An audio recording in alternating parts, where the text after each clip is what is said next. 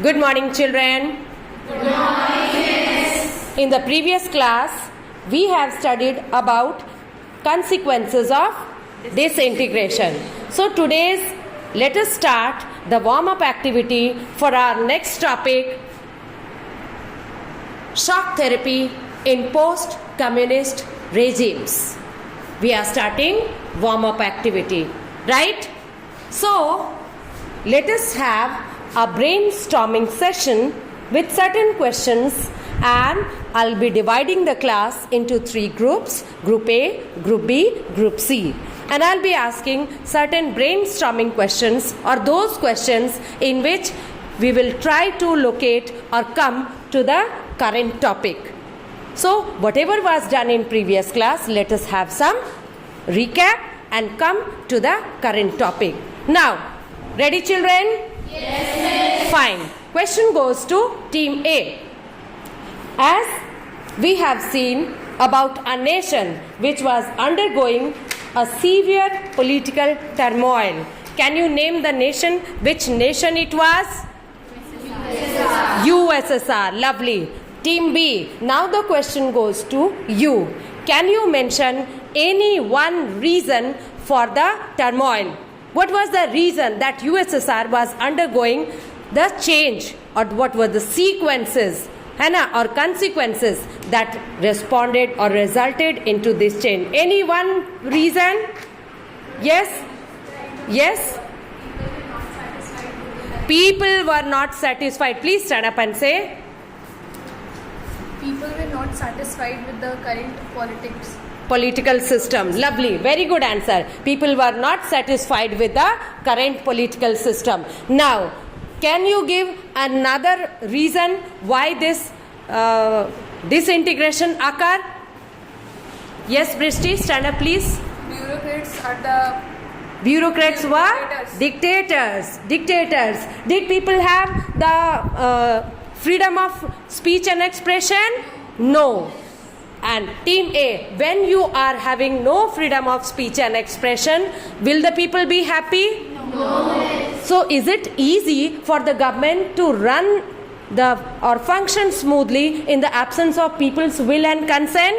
No. So the basic reason for this integration was the same. Now let us talk about one round of consequences. Team B, mention one consequence of the disintegration. What was the outcome of disintegration? What did Russia face? Stand up and say, Shreya. Multiple countries came into existence as they were in the part of USSR before disintegration. Very well answered. So multipolarism, isn't it? What term can we use for the same? Multipolarism was expected to become now. Why multi? Before it, what kind of polarism was there? Team C? Bipolarism was there, isn't it? Bipolarism. And what were these 2 poles? Bipolarism. Who were the 2 poles? USSR and USA. One by one speak, children. All the 3 teams cannot answer together. Okay. So it was unipolar. Now it has become unipolar because one of the important poles of USSR was divided or separated into segments. Fine. Now, let us come to the current topic. Was it a very happy situation, Team B? No. Can we call it a situation in a shock? Yes. Because whatever system was running from last how many years? How many years was socialism in USSR? 72 years. Lovely. So 72 years old building is shattering into pieces. Isn't a shock?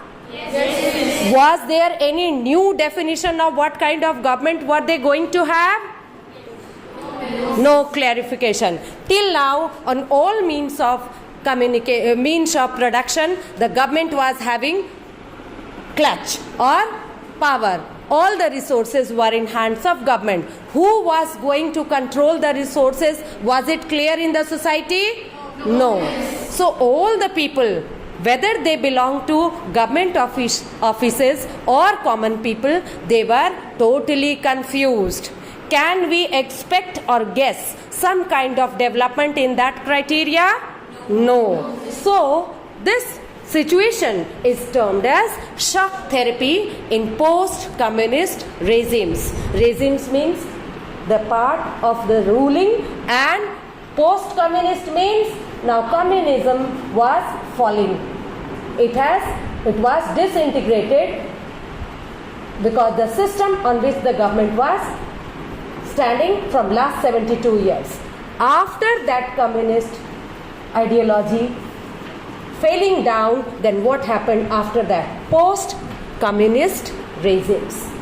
Shock therapy, it has been termed as shock therapy. Let us see what happens in this shock therapy situation.